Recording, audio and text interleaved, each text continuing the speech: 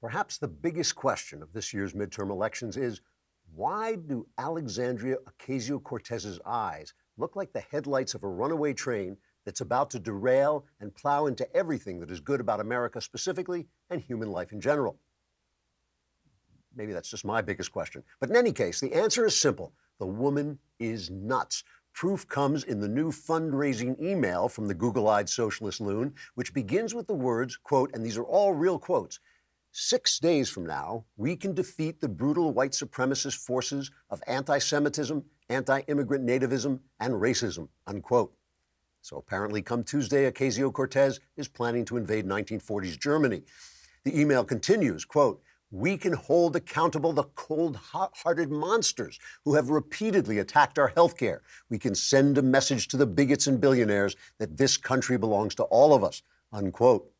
This portion is obviously tailored to appeal to Ocasio-Cortez's base, namely shrieking hysterics who have no idea what the hell is going on outside of their own insufficiently medicated imaginations.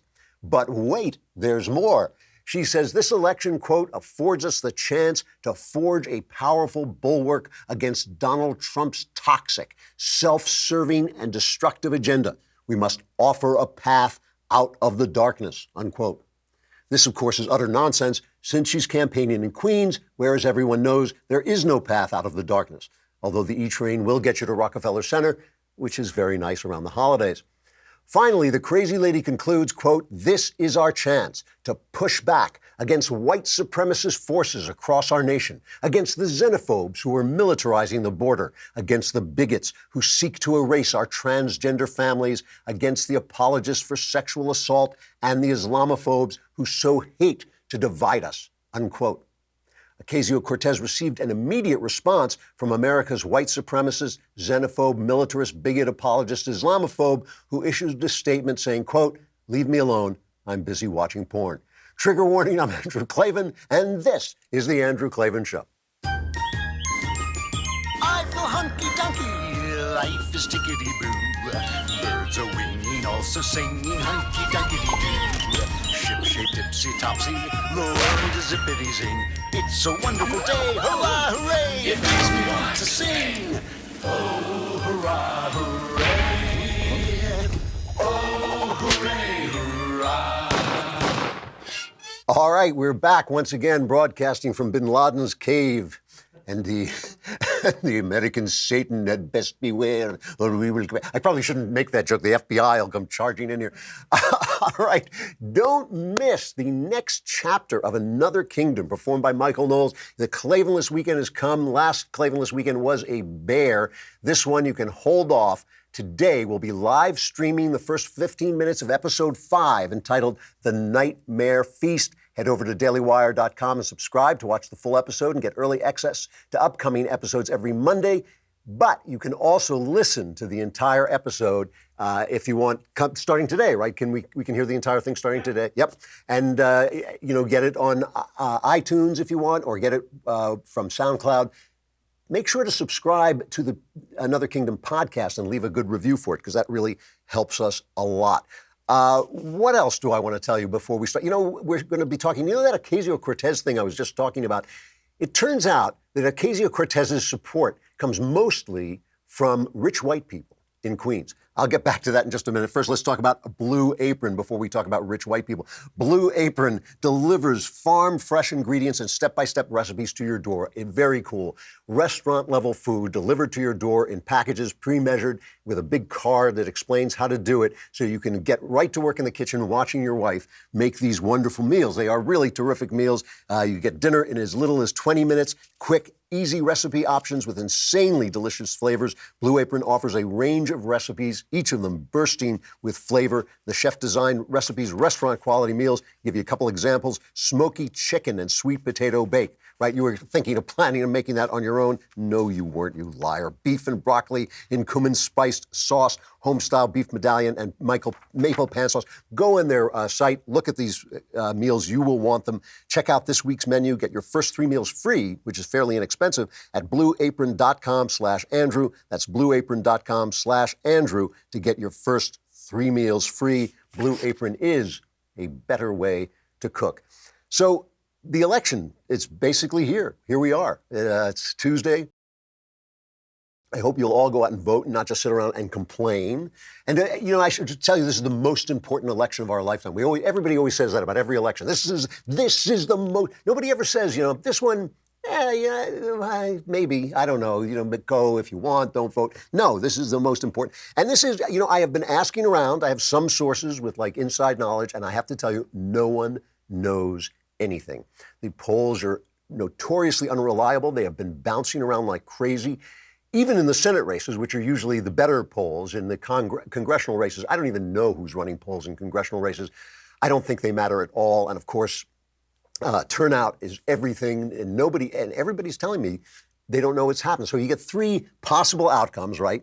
One is the Republicans win. They hold the House and they hold the Senate.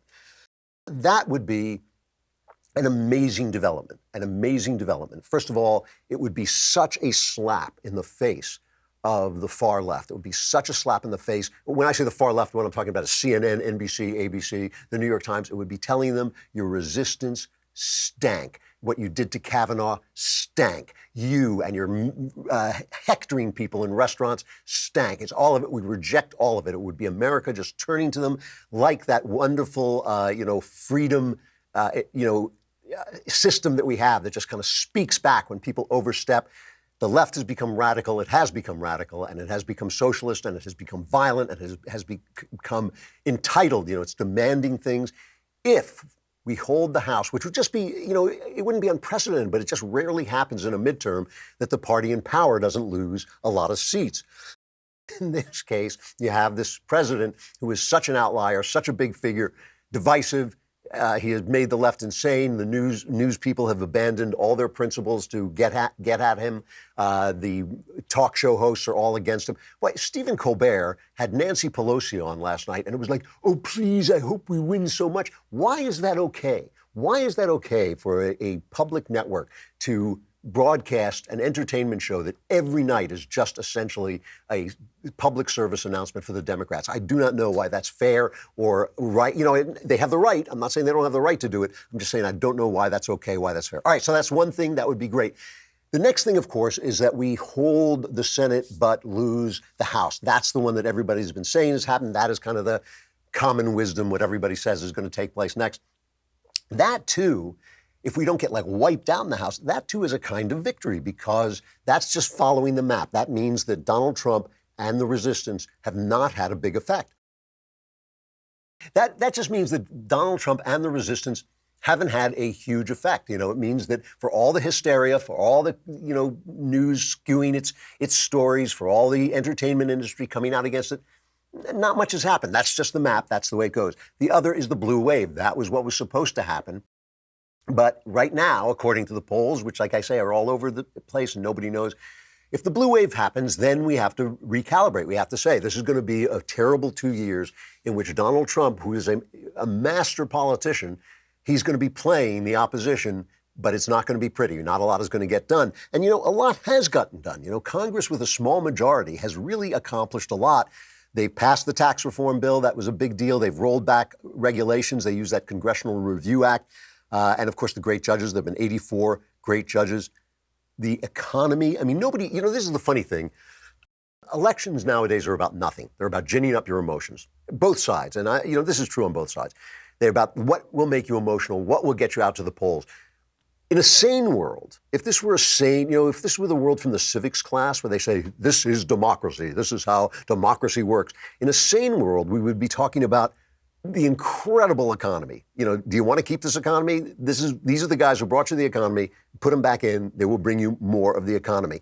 Workers' pay, which everybody's been complaining about, has ratcheted up. It's reached the highest level in over 9 years. The new job numbers came out. They were unbelievable. The unemployment rate is still at 3.7, which is the lowest rate since 1969.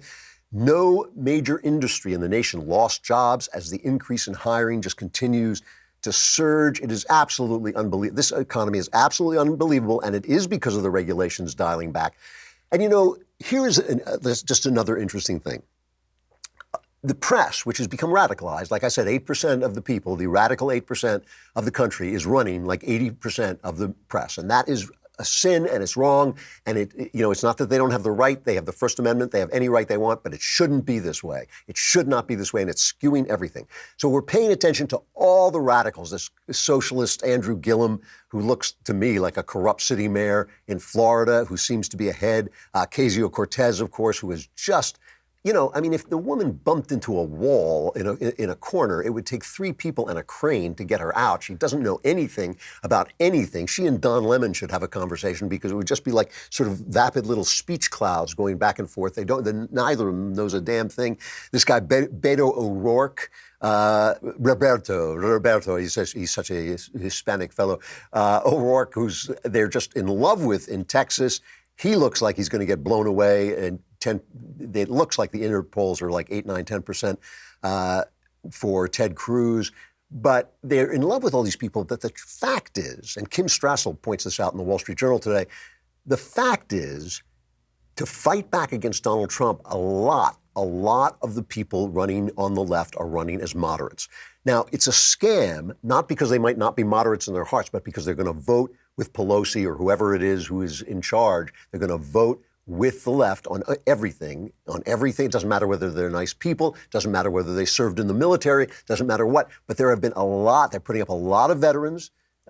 Kim Strassel says it's the year of the Democrat veteran. In battleground after battleground districts, Democrats recruited former service members as their candidates, and most of them are running as moderates. I mean, even this Kirsten Sinema in Arizona, who called herself a Prada-socialist. She said, I'm a Prada-socialist. She was caught on tape saying that she's running as a moderate.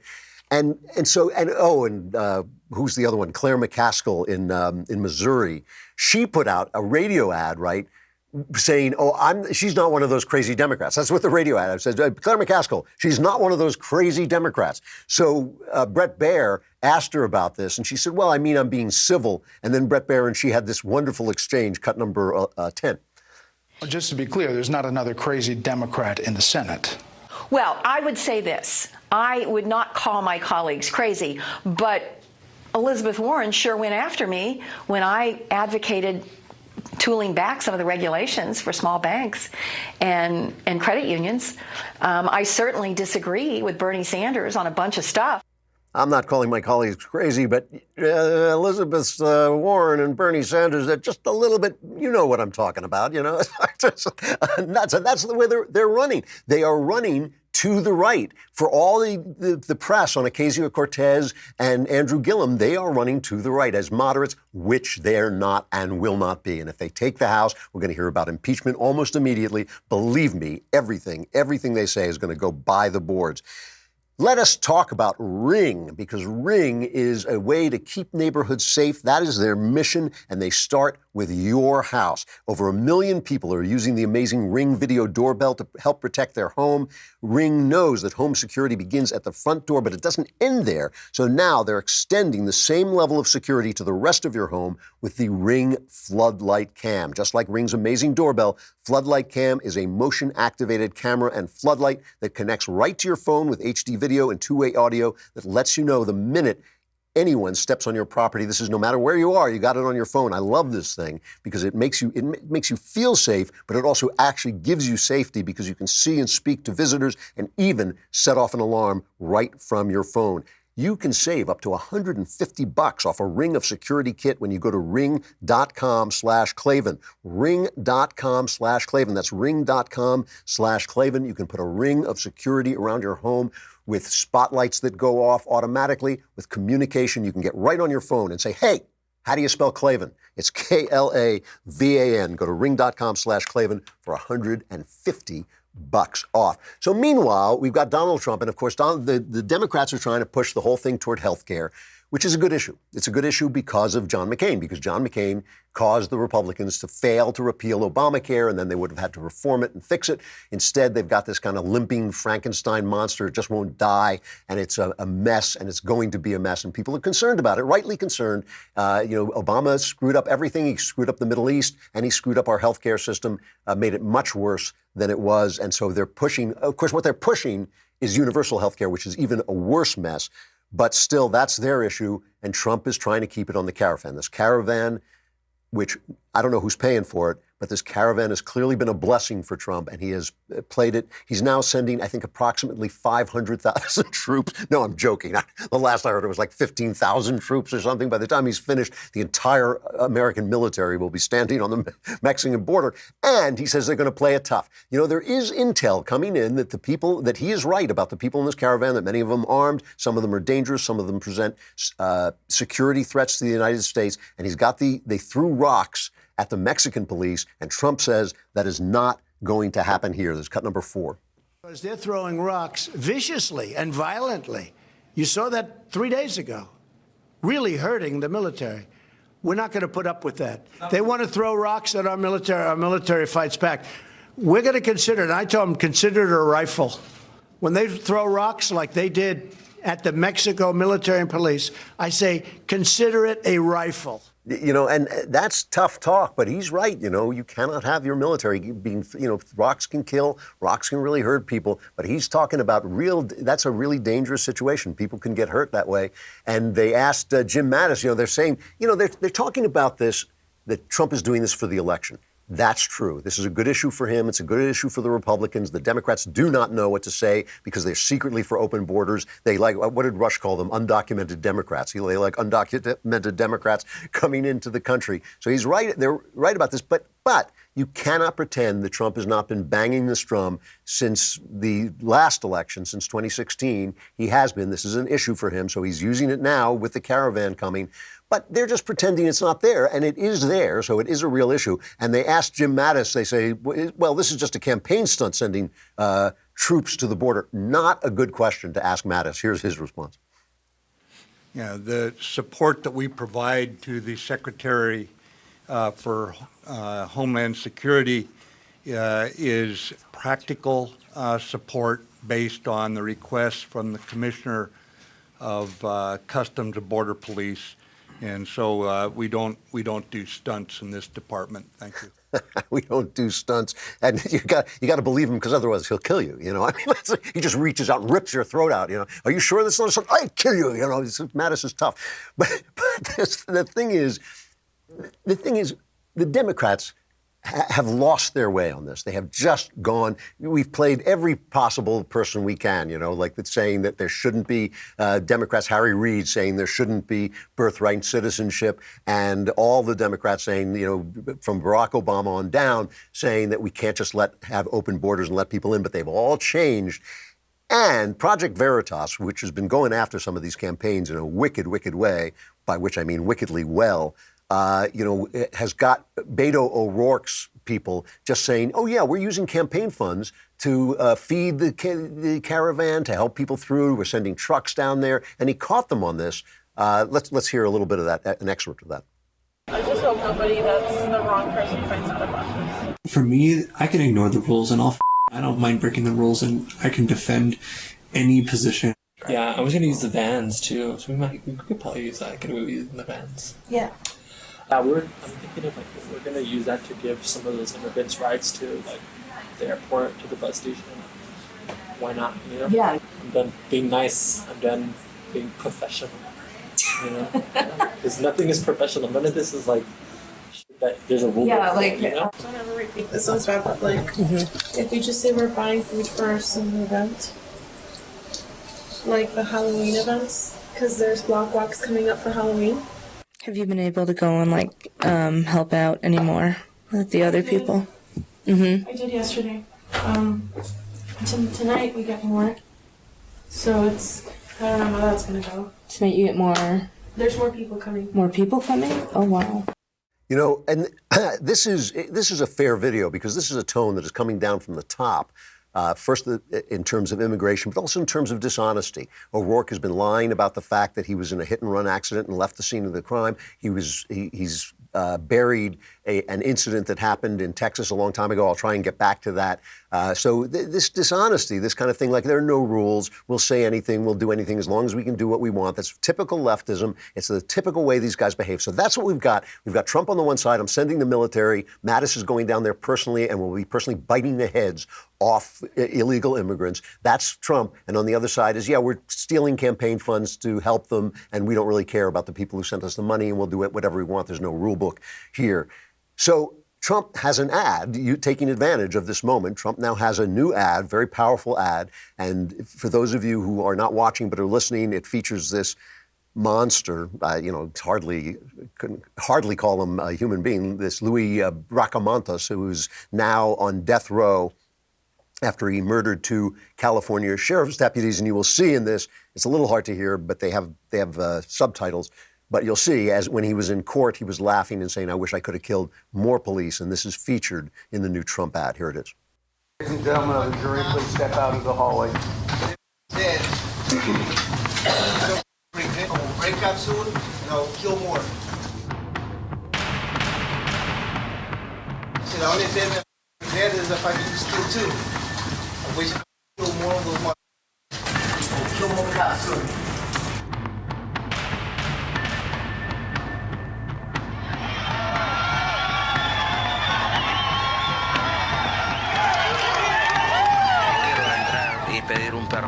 He says he wants to apply for pardon for the felony he committed. Attempt of murder.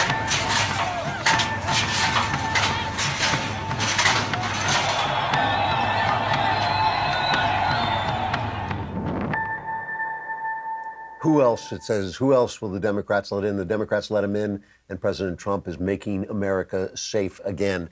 Let's talk about this ad for a couple minutes here. Bracamontes snuck in, I think, during the Bill Clinton era. He committed crimes. He went back. He was sent back and deported. He broke in again. He broke in, I think, twice more. He came in under the Bush administration. So it's a little bit dishonest to say Democrats let him in. Who else will they let in? But, philosophically, it's not as dishonest as all that. There is one side that wants the borders secured. There's one side that wants the border secured, and then you got another side. You got Alexandria Ocasio-Cortez saying, I just want the ICE to be there to ensure safe passage. Safe passage. One side, I'm reading this book about the way our moral senses are developed, and this is by Jonathan Haidt, The Righteous Mind, and he talks about the different levels of the different ways we react morally to things. And one of them is whether we care about somebody and whether we do harm to somebody. But then there are other ways. And he says that liberals only react on this care harm matrix axis, whereas Republicans and conservatives react on many different axes on our morality. So they're going, I care, these people, and we say, well, wait, yeah, but there are whole other things. The rule of law matters, the borders matter, lots of different things matter. So it is fair to say illegal aliens have caused a lot of crime. I've visited prisons, a lot of illegal aliens in our prisons, and we have to have some kind of security at the border. It is fair to say that this is an emotional ad. But of course, the left has to call it racist. Why is it racist? It is racist. It shows pictures of people trying to break through the border fences, breaking through border fences. Why is it racist? Because the people in the ad are Mexicans, right? The people in the ad are Mexicans. They're not hanging out on the Canadian border watching, boring old Canadians come over the border like that. First of all, they're not doing it. They're Canadians, so they always apply and go through all the rules and regulations and all this. It is true that a lot of illegals come in by overstaying their visas. That is true, and that's a problem as well.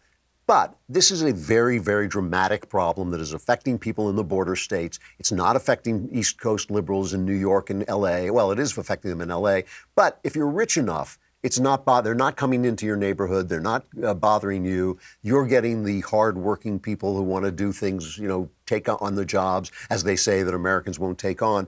This is a serious problem, and he is absolutely right. And they're comparing it to the Willie Horton ad in 1988. This was when Dukakis was running, and Bush ran this ad saying that this murderer, Willie Horton, had gone off on a furlough program that Dukakis approved of and struck again. Here's that ad.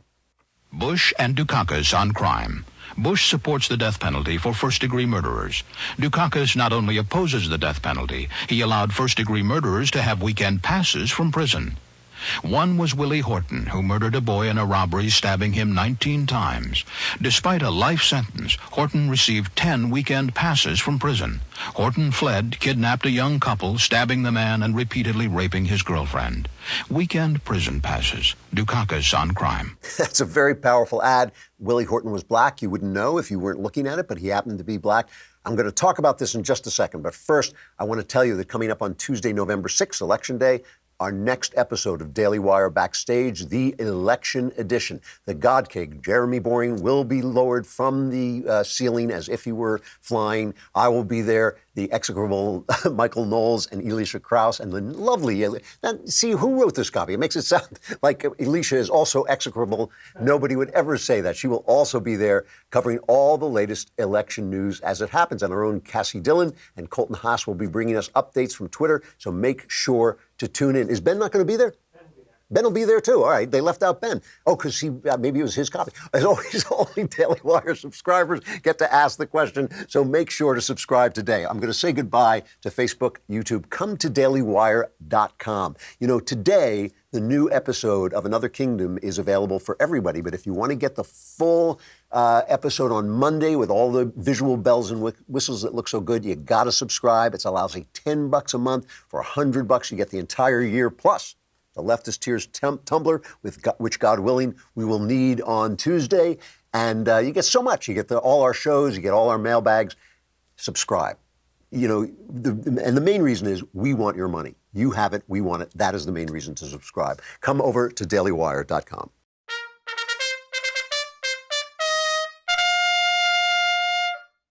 All right. You know, let's talk about this Willie Horton, and let's talk about the new ad. Is this racist? Is it racist? Now, when the Dukakis ad came out, I was a liberal. I voted for Dukakis. And I saw that ad, and they started screaming immediately, the racist. And I thought, what's racist about it? What's racist about it? Oh, I get it. It's racist because the killer happens to be black. So there are two ways to look at the world, right? One of them is through the lens of race, and the other is not through the lens of race. The argument of the left, so if you're not looking through the lens of race, you're only looking at behavior. A man came in and killed 2 sheriff's deputies who had been here illegally before, and he slipped in again. We need border security. I don't care what color he is. And to be honest with you, I don't care what color he is. I do not care what color he is or what color the sheriff's deputies were. The sheriff's deputies, as far as I'm concerned, were colored khaki. They're on my side. They're the good guys. This guy's the bad guy. That's the way I look at it. I'm not saying I'm colorblind. I'm not saying I'm free of all the little glitches that human beings have in their heads. I'm not. But I overcome them. I'm a free human being with a logical mind who can overcome some of those prejudices. And I would say most of those prejudices. I'm just not looking at that. I'm looking, if you let a murderer go free, you have not got the right criminal policy. I thought that then when I was a liberal. I think it now that I'm a conservative. I still think it. And I do not think their charge is valid. I think that you are not allowed to say you cannot criticize this person. If you criticize this person according to and he's a certain color, you are against that color skin. We know you can't do it because they immediately turn around. If a dark person disagrees with them, they immediately jump on him. So it's not about that. It's all about the leftism. As I said yesterday, it's not about the color of the skin. That's a scam. But what about Trump himself? Is Trump a racist? I mean, I think, you know, I watch Trump, and I have been, he said one thing to me that was egregious, which was when he was running the first time, and they asked him if he would disavow the Ku Klux Klan, and he stumbled on it. He stumbled on it. He didn't do it. He waited a day. I don't know how long it was, maybe 2 days before he stumbled on it. Now, I interpret that as really bad politicking. Trump wants to win. You know, that's his thing. He wants to win. And sometimes he overlooks the moral aspect of something. You disavow the Ku Klux Klan, even if it costs you votes. You do it. It's just something you do. You have to. You know, if you can't disavow the Klan, what do you stand for? You don't stand for anything. He hesitated because he wanted those votes. No one could possibly believe that this guy is a Klansman. That's an absurd argument. You know, the other day, I'm gonna say something almost nice about Hillary Clinton. The other day, this piece of video of Hillary Clinton made the rounds. This is Hillary making a joke during an interview. Let's play it.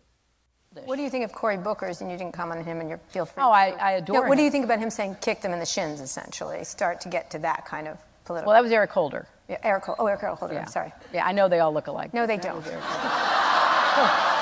Oh, well done. All right, so everyone on the right jumped on Hillary Clinton, and listen, kicking Hillary Clinton around is good sport, and we should all do it. It's lots of fun. But I've made that joke. A lot of people I know have made that joke. It's funny, first of all, and it's based in some kind of small truth. You know, it's a little harder for white people to distinguish people of color from one another. Sometimes, you know, I remember when I pitched the movie One Missed Call. It was a Japanese horror film, and I had to go in and pitch my version of it. I got the plot all wrong because I confused. It was a Japanese. I confused two of the beautiful Japanese actresses in the film, and I mistook the plot. And the people I was pitching it to had to correct me. You know, so it's funny. If we can't laugh with each other about this, we can't live together. If we can't make jokes about each other, we can't live together. That is the way you discharge hostility in a non-toxic way. There's nothing wrong with what Hillary Clinton said. I know we're supposed to jump on her in every little thing, and I know they would jump on us if it were the other way around. I mean, good golly, if it had been Trump who made that joke, you know, they'd be outside with pitchforks. Still, I think that you either look at the world and say, hey, I know we're all different colors. I know there's some, you know, glitches in there in our minds that there's some tribalism inside. We were born to be tribal. It's a good evolutionary adaptation. I know all that stuff, but so what? We're going to make jokes about it. We're going to be fine. We're all going to get together. We're all Americans. That's one way of looking at the world. That is one way of looking at the world. I seriously believe that that is the way Trump thinks. You know, I'm not averse to dumping on Trump or attacking Trump when I think he's wrong, when I think he's doing something wrong. I seriously think he's just thinking about fixing stuff and winning.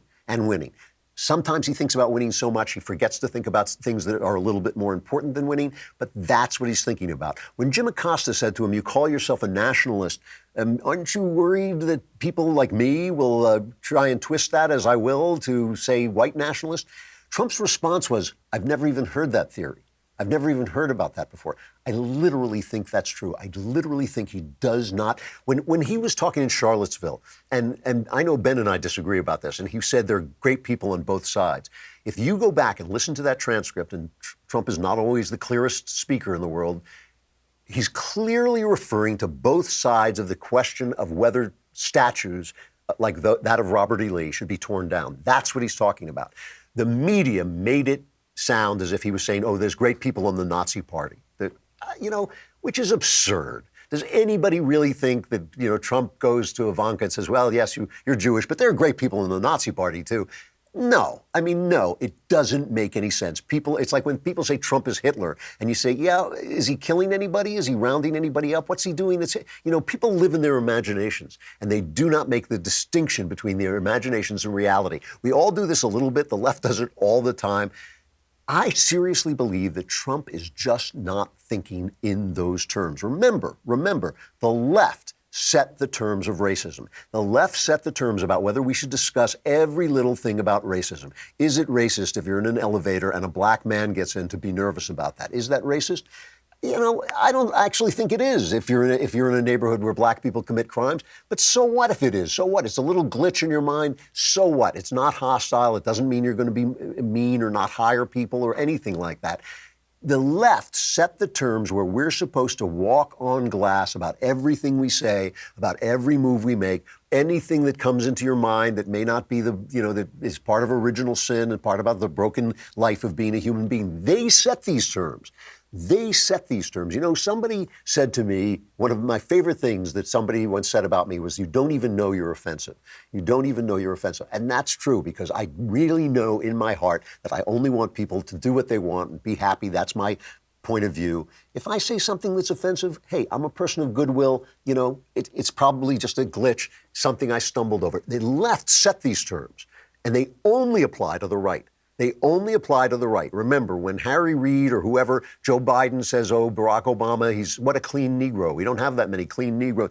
That's fine. They don't care about that. If anybody on the right says it, it's a problem. You know, I want to take a look. And by the way, just to throw this in, President Trump used his executive power for the first time to designate a national monument establishing a 380-acre site in Kentucky to honor African Americans' role as soldiers during the Civil War. So that he's the worst white supremacist ever. There's just no question about it. They set the terms in which gaffes are revealing, and most of the time they're lying. So Mitt Romney says, I'm going to stuff women in binders. Or, oh, we had all these women in binders, meaning we had resumes of women. We were looking to hire women, and we had women in our binders. And they said, oh, what a gaffe, what a gaffe. You know, Mitt Romney, the man who stuffs women into binders. Help, Mitt, don't do it. Yes, I must stuff you into the binder so you don't escape. You know, it's like the woman you keep in a pumpkin shell. I stuff them into binders. Nonsense. It's nonsense, and it only runs one way. So let's take a look at some of the gaffes that maybe are a little bit more revealing than that Hillary Clinton one. I let Hillary Clinton off the hook because I know she was not saying anything racist. She was making a joke. It's okay for us to make jokes. Not everything we say has to be judged on a scale of okay or outrage. That's ridiculous. We're just human beings. We're all Americans. We're living together. But let's take a look at some real gaffes that really were interesting. Joe Donnelly in Indiana was debating. Senator Joe Donnelly in Indiana is debating. He has a slim lead right now over the Republican challenger, Mike Braun. And he made this remark about how his staff is diverse. We want everybody to have a chance in Indiana and in America. And my offices reflect that, both on the campaign side and on the Senate side. Our state director is Indian American, but he does an amazing job. Our director of all constituent services, she's African American, but she does an even more incredible job than you could ever imagine. It isn't their race or their religion, it's the incredible person that they are, but at the same time, they have to have a chance. Now, I don't usually cringe, but I have to say, when I heard that, I did cringe. He's African-American, but she does an amazing job. But that's a gaffe. And does it reveal that secretly in his heart he's a racist? You know, I don't think so. I have to say, to his credit, his challenger, Mike Braun, said, I don't hold that against him. I don't think he's a racist. What an adult thing to say. But he added that if it had been me, if it had been a Republican, it is all we would be hearing in the news. And that's the difference. So, you know, there are gaffes and there are gaffes. The difference is the gaffe meter only goes one way. It only ratchets one way. Then there are things that are actually kind of revelatory, all right? Elizabeth Warren, and obviously in Massachusetts, she's debating, and she was going back and forth with Jeff Deal, and they were discussing the Kavanaugh hearings, which is a big issue that really did turn the tide, I think, of the way voters were feeling. People thought, if you guys are going to do that, and if the press is going to do that to a man without any corroboration, without any proof, you guys are out of control. And I think that really did give some momentum to the right. So Warren's thing is, well, you didn't stand up for Christine Blasey Ford, and Deal's thing is, you didn't stand up for due process. In the middle of this, he mentions the fact that she sent out a fundraising letter, which I believe is against the Senate rules, based on the Kavanaugh hearing. And he says, you did that, and it slips through the cracks until the moderator brings it up again. And listen to what Elizabeth Warren does. That was such an intense moment in our country's history as far as trying to deal with presumption of innocence, the cornerstone of our legal system. And you were willing to throw it right out the window because you were part of the Senate Democrats who were trying to score political points by using poor Dr. Ford's testimony as a way to drag down a man without any corroborating evidence. So I don't think I quite understand the answer, because I'm looking for the times when you've called out Donald Trump, when he's made fun of someone like Dr. Ford, when he's made fun of someone who's disabled. I would like to drill down on what Representative Deal said. The fundraising while the vote was being taken on the Kavanaugh hearing, did you or did you not do that? Actually, I don't know, and I don't know what the. There has been an Isn't there an ethics committee? Yeah, there's an ethics complaint has been filed about a fundraising. Then I will check into it, but I don't know. Do you have any response to that, I don't. Representative? You could hear the audience groaning distantly in the background because she lied. I mean, she lied, and she lied with a kind of reflex that I've seen before. Obama used to lie like that. I don't know what we're fundraising. How do I know what we're fundraising? I mean, that's absurd, utterly absurd. And that is telling. That's really telling. There's an ethics complaint filed against her, and she hadn't heard about it. She looked completely blindsided by that. And, you know, we can make fun of the Pocahontas stuff, but that's another way that she's been lying. You know, I mean, it would have been so simple for her to say, you know, gee, that was a family legend, and I believed it, and now I know it's not true. But instead, she said, no, look, I'm 1,024th of an Indian, so get me a headdress and off I go. You know, I mean, I think that does tell something about her. And then there is some really bad stuff coming up. And again, I'm talking about this stuff because the press doesn't. If the press did, we would be having a much different election. It would not be about these kind of big roundhouse punches that everybody's throwing, but it would be, in fact, about the nature of these people. Andrew Gillum, who... The polls show him winning against Ron DeSantis in Florida for governor, which I just think is amazing. I mean, what is going on that they think this corrupt mayor, socialist mayor, is a good guy? And once again, Project Veritas went in and talked to one of his campaign staffers, Omar Smith, who also said he was a friend of his, an old pal of his. And Omar Smith, who has since been fired since this video, said, yeah, we just lie about all our positions because we don't want people to know the truth. Fairy tales in the modern day begin with once I am elected. I don't see, just can't say, but I do think he's not saying specifically like I'm going to ban bump stocks, or I'm against ARs, only because he's running a race right now. I do think he would support anybody doing that stuff. Bill Nelson. Right, that's all I'm worried about. Whatever, whoever the next person may be. I just wish he can say it just because he's trying to get the moderates and the gun-toting people in North Florida. All right, this is a fast state. Okay. It's a cracker state. Okay. Okay? Ask anybody outside of here. You go Port St. Lucie, Orlando. Man, them crackers ain't gonna let us do that. No, you crazy? So, what is he doing? He's campaigning. He's politicking. So you're saying that different environments, wherever he speaks, he'll address a different audience. Yeah, that's what a politician do. So, we lie. It's a cracker state. It's a effed up state. You know, and they fired him, but still, you know, I think that tells you something. You know, it's like. You know, it's kind of like a woman comes up to you in a bar, or a man comes up to a woman in a bar and tries to pick you up, and you say, you know, that's really flattering, but I'm married. And she says, oh, well, your wife doesn't have to find out. It's like, I know my wife doesn't have to find out. That's not the point. So when you got your campaign workers who are saying, yeah, we lie because it's a cracker state, we hate them, why are you running? If you hate the state, if you hate the people, why are you running? You know, to impose on them something against their will? Is that why you're running? Is that what your politics is about? You know, it doesn't make any sense to me. It is a real deal. These are real scandals, not just gaffes. The New York Times released an expose. I was talking about this before, started talking about this, about Beto O'Rourke when he was in real estate development. First of all, it revealed for the first time that he's not a blue-collar guy, but the son-in-law of a billionaire. And they reported that O'Rourke's father-in-law proposed gentrifying a neighborhood in El Paso by force, bulldozing public housing to make way for restaurants, a shopping district, and an art walk. And O'Rourke, the Times claimed, served as the, quote, pretty face for the plan while also serving in city government. What's interesting about this story, when it came out, they were attacked. The Times was attacked, savaged by its readers who didn't want to hear about this. This is a problem that the Times has created for itself by becoming a leftist rag instead of what it used to be, a newspaper.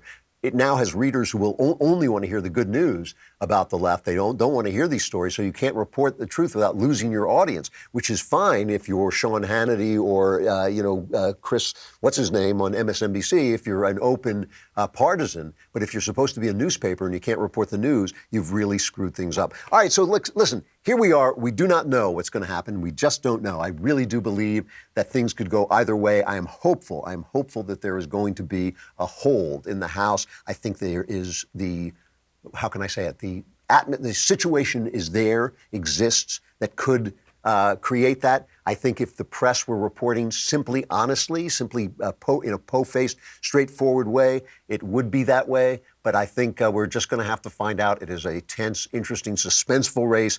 It is an amazing race, and I think it's really worth following. So Into the Klavanless weekend we go. It is a shorter weekend because we had a lot longer one last time and it did not work out very well. Murders, craziness, it was terrible. We hope this one will be easier and stave it off with Another Kingdom. The new episode is out today for everybody. Please listen to it. Support your local Michael Knowles. He's the performer. It really is a good story. This one is really terrific. It's an excellent story. I think we're getting something like 100,000 listeners an episode. Please listen to it. Please go on iTunes and leave a good review for it. Subscribe. If you are not going to subscribe to dailywire.com, at least subscribe to it on iTunes. It really helps us out. But you should subscribe to dailywire.com. We give you so much stuff. Your $10 will laugh. It will laugh as it leaves your hand because you'll be getting so much stuff in return. I will be back on Monday. Those of you who survived the Klavanless weekend also come back on Monday, and we will charge into the election week. It's going to be an interesting one. I'm Andrew Klavan. This is The Andrew Klavan Show.